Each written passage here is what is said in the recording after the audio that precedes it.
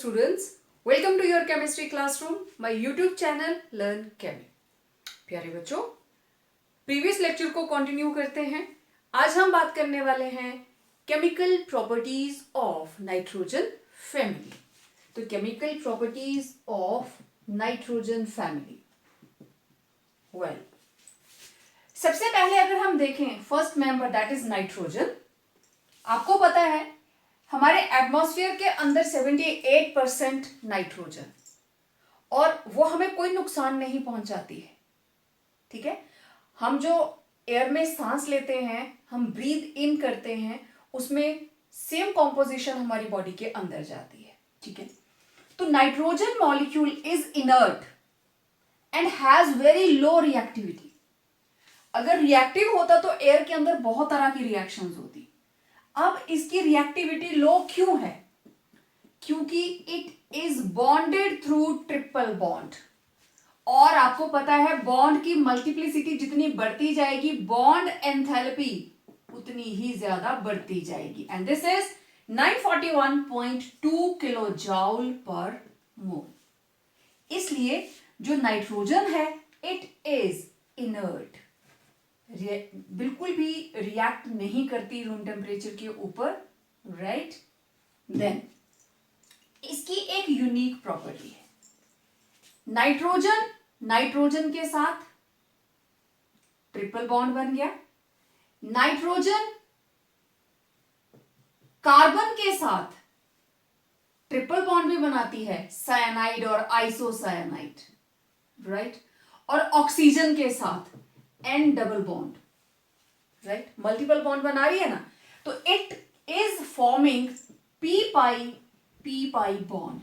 इसकी unique property है that it can form multiple bonds with itself, अपने साथ, और इलेक्ट्रोनेगेटिव स्मॉल साइज्ड एलिमेंट्स के साथ। और वो दो है हमारे पास, कार्बन एंड ऑक्सीजन, जिनके साथ ये मल्टीपल बॉन्ड्स बनाती है। ठीक है, ओके। अब सेकेंड नंबर के ऊपर है हमारे पास फास्फोरस। अब देखिए फास्फोरस जो है it was nitrogen. Phosphorus it can not form triple bond like nitrogen, it forms single bond and it is much more reactive than nitrogen.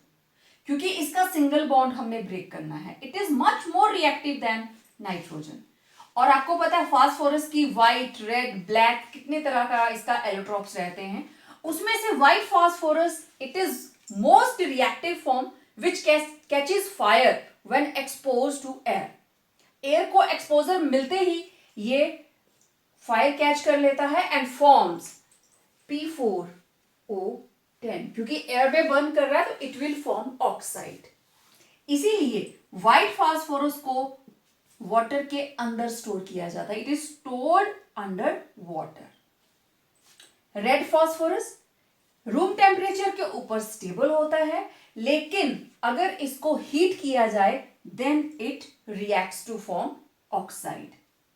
अब फास्फोरस जो है it exist as P4 molecule having tetrahedral arrangement. Okay, आप लोग जल्दी से screenshot लीजिए, मैं nitrogen की प्रॉपर्टी को हटा देती हूं। अब देखें,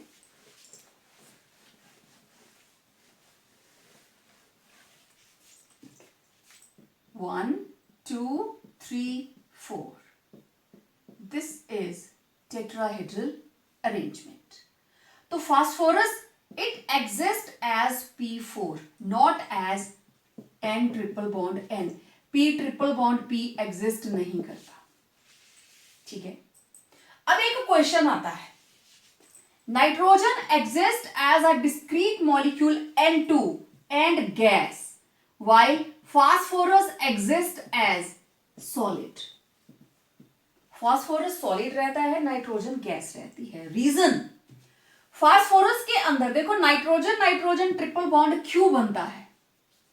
मल्टीपल बॉन्ड, नाइट्रोजन के पास ओवरलैप करने को 2p, दूसरी नाइट्रोजन के पास भी 2p। आपको पता है नाइट्रोजन 1s2 2s2 2p3, तो इसको जब हम बनाते हैं this is 2s 2p, 2s के अंदर 2 इलेक्ट्रॉन, 2p के अंदर सिंगल, ऐसे ही दूसरी नाइट्रोजन, उसके पास भी 2 इलेक्ट्रॉन और पी के अंदर सिंगल सिंगल इलेक्ट्रॉन, और आपको पता है ऐसे ओवरलैपिंग हो जाती है, तो इट फॉर्म ट्रिपल बॉन्ड।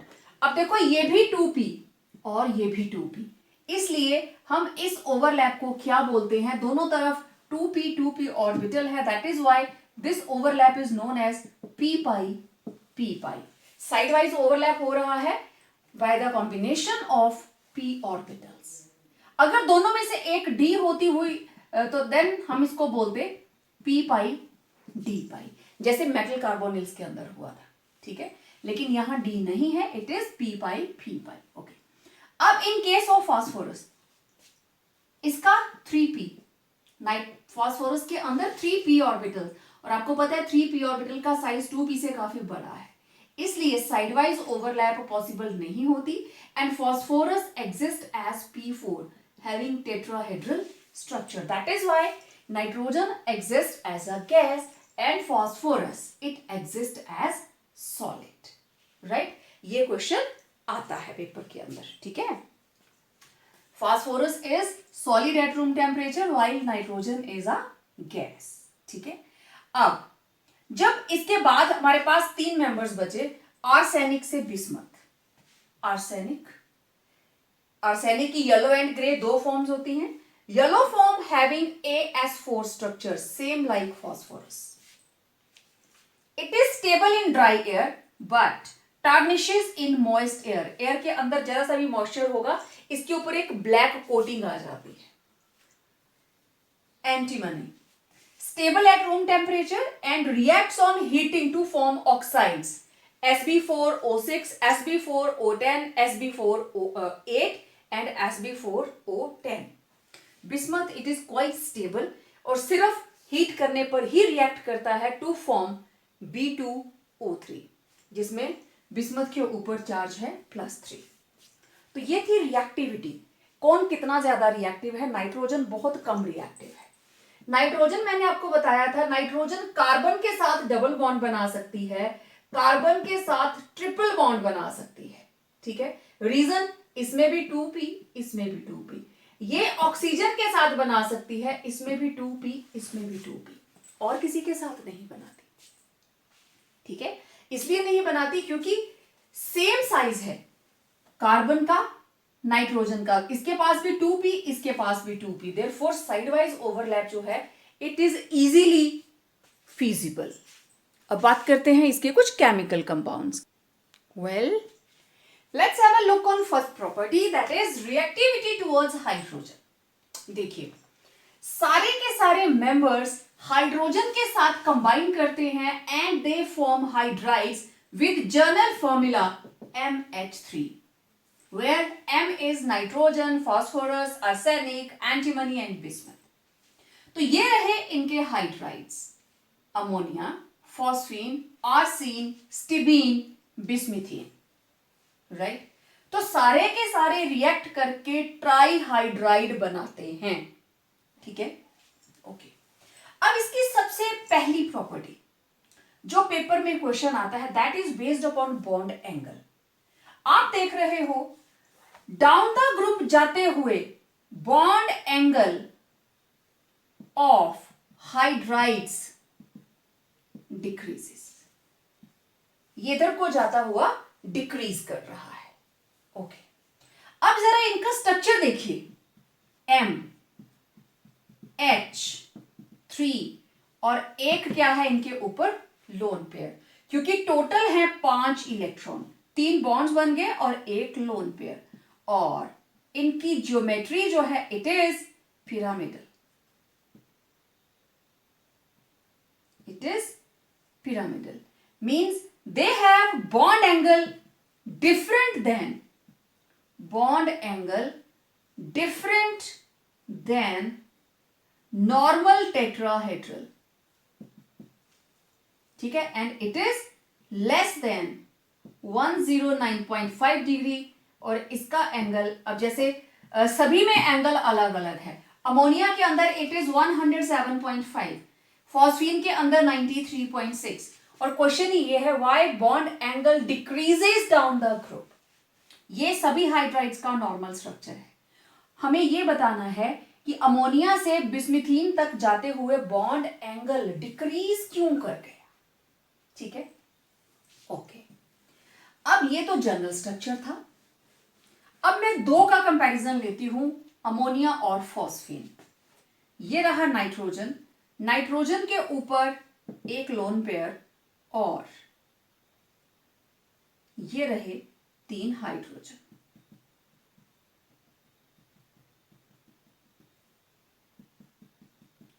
ठीक है, and this bond angle is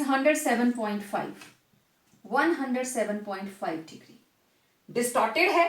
ठीक है, अब ये रहा यहां पे लोन पेयर और इधर क्या है, बॉन्ड पेयर्स। ठीक है, अब मैं ये जरा बॉन्ड एंगल को हटाने लगी यहां से। ठीक है, मैं इसके स्ट्रक्चर को बिल्कुल, क्योंकि मुझे यहां कोई भी डॉट नहीं चाहिए। ओके, सेम इसी तरीके से फॉस्फीन का स्ट्रक्चर है, उसके अंदर भी एक लोन पेयर है और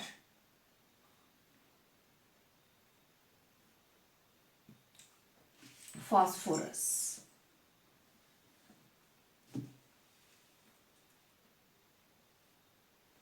हाइड्रोजन हाइड्रोजन हाइड्रोजन। ठीक है, इसके अंदर है बॉन्ड एंगल 107.5 और इसके अंदर है 93.6 डिग्री। लोन पेयर इसके अंदर भी है। अब देखो, इसके अंदर एक बॉन्ड, दूसरा बॉन्ड, तीसरा, हर बॉन्ड के अंदर कितने इलेक्ट्रॉन्स होते हैं, 2। नाइट्रोजन की इलेक्ट्रोनेगेटिविटी हाइड्रोजन से कहीं ज्यादा है, मींस इसके जो बॉन्डेड इलेक्ट्रॉन है they will be near to nitrogen. ठीक है, ये दिखाई दे रहे होंगे सबको। बॉन्ड के अंदर जो इलेक्ट्रॉन्स है they are near to nitrogen, लेकिन इस केस में क्या है, फास्फोरस की इलेक्ट्रोनेगेटिविटी नाइट्रोजन से कम है। ठीक है, electronegativity of phosphorus is less than nitrogen. इसका मतलब ये जो इलेक्ट्रॉन्स हैं ये फास्फोरस से दूर हैं। राइट, अब देखिए, लोन पेयर ने रिपल्शन दी किसको, बॉन्ड पेयर को। This is bond pair, this is bond pair. अंदर कौन सी रिपल्शन है, बॉन्ड पेयर बॉन्ड पेयर। यहां कौन सी रिपल्शन है, बॉन्ड पेयर बॉन्ड पेयर। और ये कौन सी रिपल्शन है, this is loan pair bond pair, loan pair bond pair. आप इस थ्योरी को बहुत अच्छे से जानते हैं। बॉन्ड के अंदर के इलेक्ट्रॉन्स बॉन्ड पेयर। अब देखो, ये इलेक्ट्रॉन्स बिल्कुल नाइट्रोजन के नजदीक हैं, तो जैसे ही ऊपर से प्रेशर अंदर की तरफ को आया, ये बॉन्ड्स क्लोज हुए। अब क्योंकि ये बिल्कुल नजदीक नजदीक हैं, तो अंदर से रिपल्शन बाहर को जाएगी। नॉर्मल एंगल क्या था, 109.5, लेकिन बाहर से प्रेशर ज्यादा है, लोन पेयर ज्यादा रिपल्शन देता है, उसने इसको अंदर को प्रेस किया, अंदर से प्रेशर बाहर को आया और एक इक्विलिब्रियम डिस्टेंस बना 107.5 के ऊपर। उसके बाद बाहर और अंदर वाली दोनों रिपल्शंस जो है वो स्टेबल हो गई, तो ये मॉलिक्यूल सेटल हुआ 107.5 के ऊपर आकर। जैसे जैसे हम डाउन द ग्रुप मूव करते हैं, नाइट्रोजन से कम इलेक्ट्रोनेगेटिविटी फास्फोरस की, आर्सेनिक की फास्फोरस से कम, एंटीमनी की आर्सेनिक से कम, बिस्मथ की एंटीमनी से कम, इलेक्ट्रोनेगेटिविटी डिक्रीज होती जाएगी। तो इलेक्ट्रॉन जो है वो सेंट्रल जो भी एटम है, सेंट्रल एटम उससे दूर होते जा रहे हैं। अब जो प्रेशर यहां पे पड़ा, लोन पेयर बॉन्ड पेयर और इसके बीच में बॉन्ड पेयर, यहां पे भी बॉन्ड पेयर। अब देखो, यहां ये बिल्कुल नजदीक थे, थोड़ा सा प्रेशर डालते ही रिपल्शन आ गई, लेकिन यहां इनके बीच में, क्योंकि इस एटम से दूर हैं, तो इनको रिपल्शन के लिए, अगर रिपल्शन इनके अंदर से हो तो इनको काफी अंदर तक प्रेस करना पड़ेगा, क्योंकि ये इससे दूर हैं, सेंट्रल एटम से दूर हैं। दे आर सप्रेस्ड इनवर्ड, और इनकी सेटलमेंट कहां होती है, बाहर और अंदर के जो रिपल्शन है, दे सेटल एट 93.6। जैसे जैसे आप डाउन द ग्रुप जाएंगे, इलेक्ट्रोनेगेटिविटी घटती जाएगी और ये जो बॉन्ड पेयर है इसका डिस्टेंस सेंट्रल एटम से दूर होता जाएगा, इसलिए bond angle due to repulsion of lone pair bond pair, as lone pair bond पर repulsion is higher than bond pair. तो बाहर से प्रेशर अंदर को ज्यादा रहता है, ये इलेक्ट्रॉन जितने दूर चलते जाएंगे, देखो अगर ये इलेक्ट्रॉन यहां होते तो इसको हम और प्रेस कर पाते, ठीक है ना। ये यहां पे मिड में पहुंचे, मिड से थोड़ा सा पीछे है, तो बॉन्ड एंगल 17 से 93 हो गया। नेक्स्ट वाला, क्योंकि इलेक्ट्रोनेगेटिविटी में बड़ा ज्यादा डिफरेंस नहीं रहेगा आगे, तो ये ऑलमोस्ट नियर नियर है, 93, 91.8, 91.3 एंड 90 डिग्री। इस वजह से bond angle down the group decrease करता है। क्लियर? वही। Next is basic strength. Basic strength का मतलब, अब आपने देखा इनके ऊपर एक लोन पेयर है, all of them they are having a lone pair. Nitrogen, simple एम की मैं बात करूं तो इनके साथ 3 हाइड्रोजन्स लगी हैं and there is present 1 lone pair, and this lone pair is donated, therefore they act as Lewis base।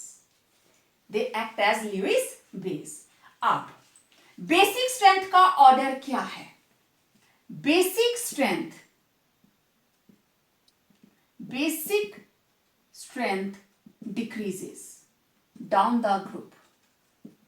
decreases down the group, क्यों? सबसे best ammonia, phosphine, arsine, stibine और लास्ट में आएगा bismuthine. Ammonia is the best Lewis base और complexing agent, क्योंकि ये lone pair देता है। अमोनिया क्यों? क्योंकि due to smaller size of nitrogen, lone pair is concentrated on small space and therefore available due to smaller size of nitrogen and high electronegativity, ये भी एक फैक्टर है, and high electronegativity, the lone pair is concentrated on small space and therefore available for donation के लिए ये available है। therefore ammonia इसकी basic strength सबसे ज्यादा, और जैसे जैसे आगे बढ़ते जा रहे हो साइज बड़ा होता जा रहा है, साइज बड़ा होने के कारण इलेक्ट्रॉन्स दूर तक फैला होगा cloud, that is not available for donation, right. Next property is thermal stability. Okay, अब इनमें से वो कौन है जो हीट को सबसे ज्यादा रेजिस्ट करेगा? तो thermal stability decreases down the group, मतलब अमोनिया जो है it is highly stable and bismuthine जो है इट इज लीस्ट स्टेबल, ठीक है। Highly stable and bismuthine is least highly thermally stable, this is least thermally stable. Heat के लिए अगर आप गर्म करेंगे, इसको हीट प्रोवाइड करवाएंगे, अमोनिया स्टेबल रहेगा, नहीं टूटेगा, बिस्मिथीन सबसे पहले टूटेगा। Reason, yes, why? देखो सभी के साथ क्या लगा है? हाइड्रोजन, ठीक। नाइट्रोजन का साइज है स्मॉल, तो इसके साथ 1 2 3। फास्फोरस का साइज थोड़ा बड़ा हो गया, तो 1 2 3 करते करते बिस्मिथ तक पहुंचे, साइज और बड़ा हो गया।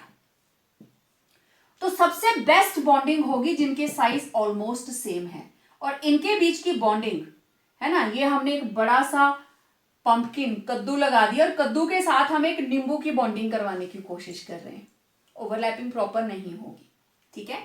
तो जितना साइज बड़ा होता जाएगा बॉन्ड लेंथ बड़ी होती जाएगी, ठीक है। On moving down the group size increases, therefore bond length also increases. bond length increase करी, bond enthalpy will decrease. जितनी bond length ज्यादा, bond enthalpy उतनी ही कम. Therefore hydrides become less thermally stable. जब बॉन्ड लेंथ लंबी हो जाएगी तो उनकी थर्मल स्टेबिलिटी कम हो जाएगी. मतलब कहने का कि अगर तोड़ना हो तो सबसे पहले बिस्मथ और हाइड्रोजन का बॉन्ड टूटेगा as compare to ammonia. This is the meaning of thermal stability. Clear? Okay. Next is reducing nature. कौन है जो इसमें से सबसे पहले हाइड्रोजन देगा? That will be the best reducing agent. तो reducing nature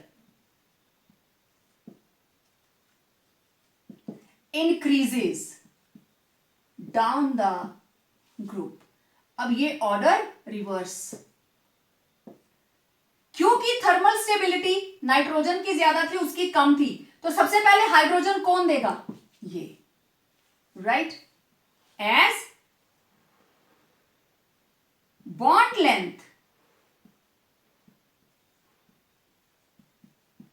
increases down the group, thereby bond enthalpy decreases down the group. That is, tendency to release hydrogen increases down the group. That is reducing nature. Clear? जो hydrogen पहले देगा that will be best reducing agent. Clear? Okay. Now we are left with boiling and melting point. All set? Now boiling and melting point. अब अगर मैं इनके values लिखूं boiling और melting point के, तो that is ammonia, it is 238.5. This is melting point 238.5 and phosphine 185.5. This is in kelvin. उसके बाद में है आर्सीन ASH3, it is 210.5. Then antimony, it is 258.5, and bismuthine, it is 298. It is 290 Kelvin. सारी की सारी values जो है they are in kelvin. Kelvin, kelvin, kelvin, kelvin. यहां से यहां मेल्टिंग पॉइंट डिक्रीजेस और उसके बाद मेल्टिंग पॉइंट इंक्रीजेस. अमोनिया का मेल्टिंग पॉइंट फॉस्फीन से ज्यादा है.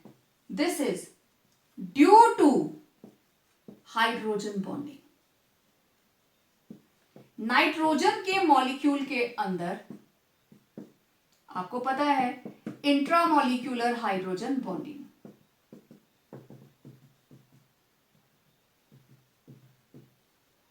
इस तरीके से, क्योंकि nitrogen FON, it is the third most electronegative element of the periodic table. ठीक है, इसलिए नाइट्रोजन जो अमोनिया है इसका मेल्टिंग पॉइंट ज्यादा है एज कंपेयर टू फॉस्फीन. लेकिन उसके बाद ट्रेंड चेंज हो गया. उसके बाद फॉस्फीन के बाद आर्सेनिक की इंक्रीज कर गई. मेल्टिंग पॉइंट यहां से इंक्रीज कर रहा है अप टू बिस्मिथीन. क्यों? This is due to increase in size of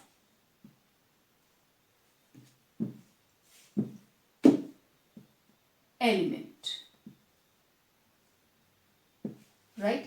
Increase in size of elements. Due to increase in size of elements, surface area increases, that is van der Waals force. Van der Waals force of attraction increases and therefore melting point increases. आपको पता है van der Waal force of attraction surface area पे depend करती है. आगे move करते हुए size बढ़ रहा है, size goes on increasing, therefore van der Waals force of attraction also increases and melting point increases. तो ये थे various properties of metal hydrides.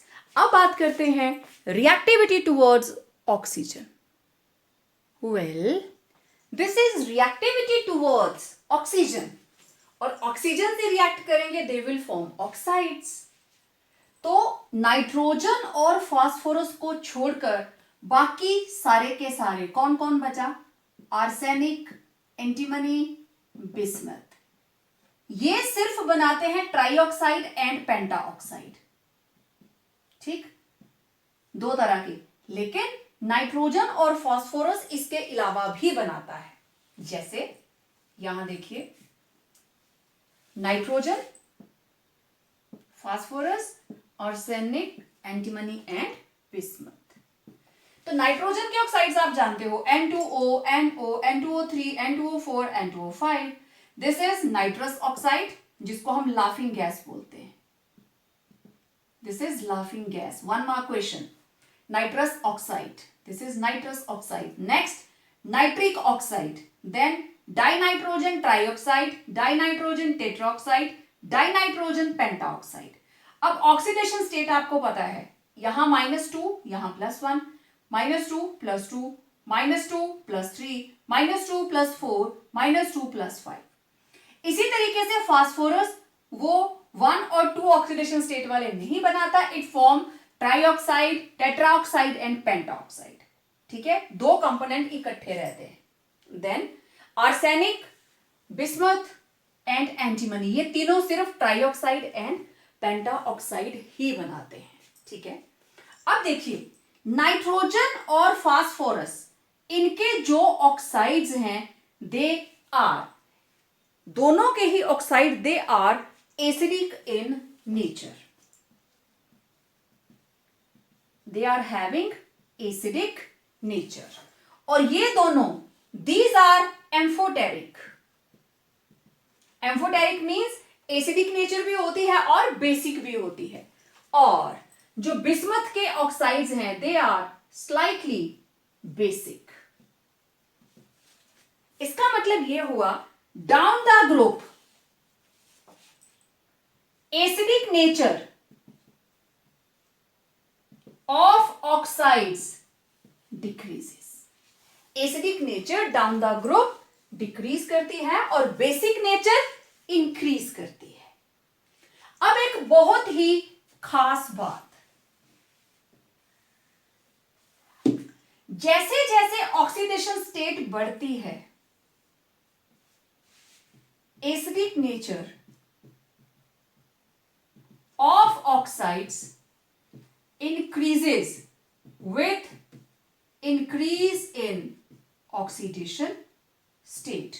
This is +1, +2, +3, +4, +5.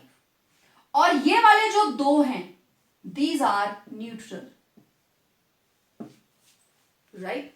These are neutral. और नीचे को जाते हुए इनकी एसिडिक स्ट्रेंथ बढ़ती जाती है. जितनी ऑक्सीजन एक्स्ट्रा होती जाएंगी, ऑक्सीडेशन स्टेट जो है वो हायर होती जाएगी, acidic nature it will increase. Right? तो ये थी reaction with oxygen for the formation of oxides. ठीक है, अब हम बात करेंगे हेलाइड्स के बारे में. Let's have a look on reactivity towards halogens. तो ये बनाएंगे हेलाइड्स. बेसिकली 2 तरह के हेलाइड बनते हैं, MX3 ट्राइहेलाइड्स एंड पेंटाहेलाइड्स. ठीक है, नाइट्रोजन का कोई भी पेंटाहेलाइड नहीं बनता, आप अच्छे से जानते हो. क्यों नहीं बनता? Due to absence of d orbitals. तो NCl3, PCl3, AsCl3, antimony trichloride, bismuth trichloride और बाकी पेंटा।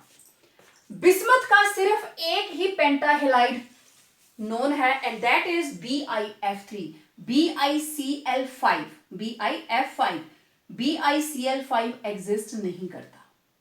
ठीक है, अब इसमें से अगर आप नाइट्रोजन के ट्राइहेलाइड्स को देखें तो they are least stable. Nitrogen के ट्राइहेलाइड बहुत कम स्टेबल हैं। इनमें से NF3 ही एक स्टेबल है। NCl3 it is explosive in nature. NBr3 and Ni3 ये इंडिपेंडेंटली एग्जिस्ट करते ही नहीं। अब ऐसा क्यों? NF3 is stable. Reason, nitrogen और फ्लोरीन दोनों का जो साइज है ऑलमोस्ट सेम, दोनों का साइज सेम है। अगर आप इनकी बॉन्ड लेंथ के बारे में बात करें तो इट इज 75, नाइट्रोजन की रेडियस 75 और फ्लोरीन का 72, ऑलमोस्ट सेम। इसलिए दोनों आपस में ओवरलैप करके स्ट्रॉन्ग बॉन्ड बना लेते हैं। जैसे जैसे हैलोजन का साइज बढ़ता जाता है, नाइट्रोजन और क्लोरीन के बीच का बॉन्ड लेंथ जो है वो बढ़ गई। उससे ज्यादा बॉन्ड लेंथ ब्रोमीन की, सबसे ज्यादा आयोडीन की। तो सबसे पहले ये टूटता है। ठीक है, तो NF3 it is quite stable और बाकी के जो है दे आर अनस्टेबल। राइट, तो ये थी नाइट्रोजन के ट्राइहेलाइड्स के बारे में इंपॉर्टेंट इंफॉर्मेशन। राइट, अब देखिए, अगर हम ट्राई और पेंटाहेलाइड के स्ट्रक्चर की बात करें तो ट्राइहेलाइड्स के अंदर कोई भी मेटल यहां पे लगी होगी, एलिमेंट लगा होगा, उसके 3 बॉन्ड्स होंगे और एक उसमें लोन पेयर होगा। ठीक है, क्योंकि NS2 NP3 3 अनपेयर्ड इलेक्ट्रॉन और 2 पेयर्ड इलेक्ट्रॉन, तो दे will form single single bond and one will be lone pair. Right, तो ये बन जाता है टेट्राहेड्रल। इनका स्ट्रक्चर रहता है टेट्राहेड्रल। ठीक है, अब नाइट्रोजन को छोड़कर phosphorus and onward 3s2 3p3, अगर इसको 5 बॉन्ड बनाने हैं तो it must have 5 unpaired electrons, लेकिन यहां तो 3 हैं। तो it was ground state. Excited state के अंदर there will be involvement of 3d also. तो ये तो सिंगली फिल्ड थे पहले ही, ये पेयर था, ये चला गया आगे।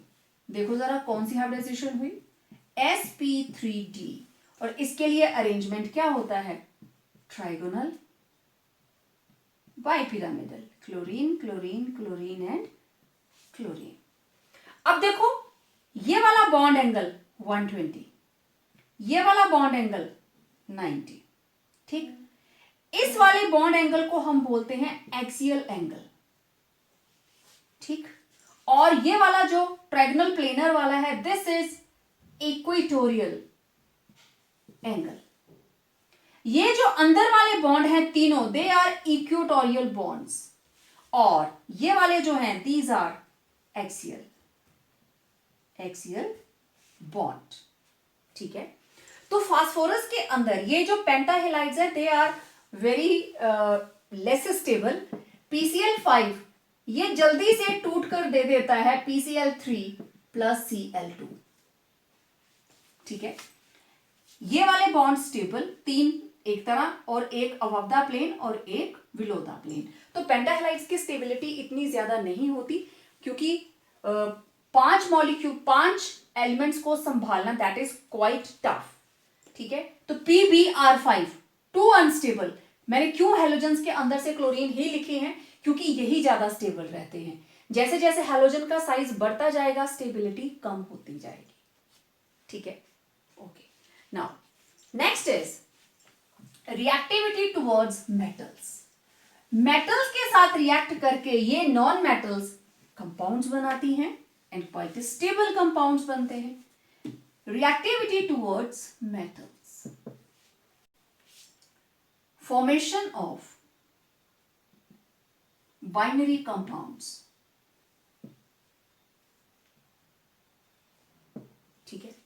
देखे कौन कौन से?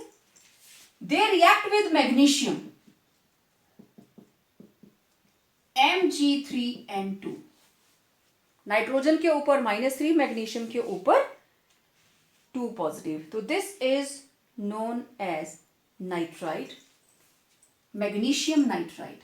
तो ये कंपाउंड्स बने नाइट्राइट्स, तो इसका नाम मैग्नीशियम नाइट्राइट। सेम इसी तरीके से Mg3P2 फॉस्फाइड, नाइट्राइट फॉस्फाइड, ठीक है। सोडियम के साथ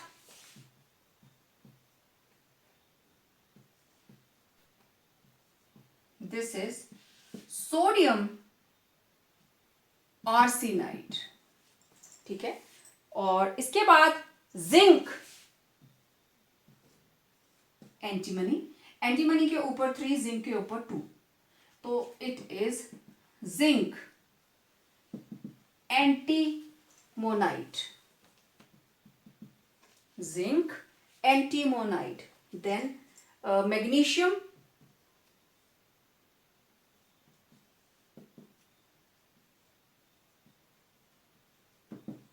बिस्म्यूथाइड,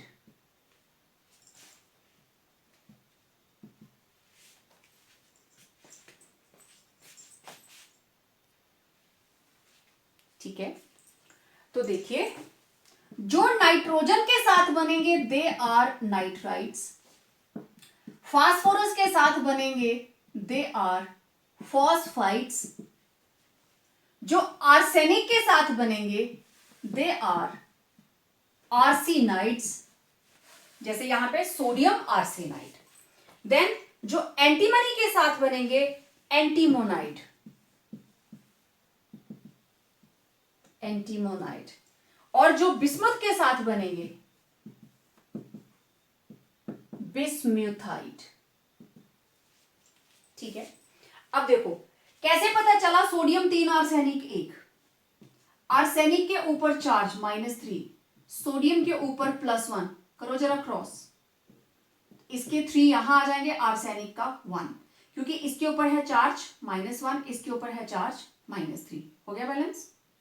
जिंक का +2, एंटीमनी का -3, क्रॉस हो गया, -3 +2 क्रॉस हो गया।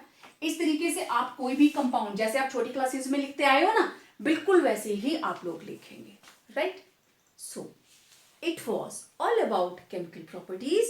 Now we are left with some important compounds like preparation of ammonia, phosphine, उनकी properties, then phosphorus की properties, उसके बारे में बात करेंगे हम नेक्स्ट जो लेक्चर होगा उसके अंदर। तो आपको ये केमिकल प्रॉपर्टीज का लेक्चर कैसा लगा, इसको लाइक करें, अपने फ्रेंड्स के साथ शेयर करें, एंड यस, चैनल को सब्सक्राइब जरूर करें, and keep your notification bell on. So, stay tuned for next video. Till then, stay home, stay safe.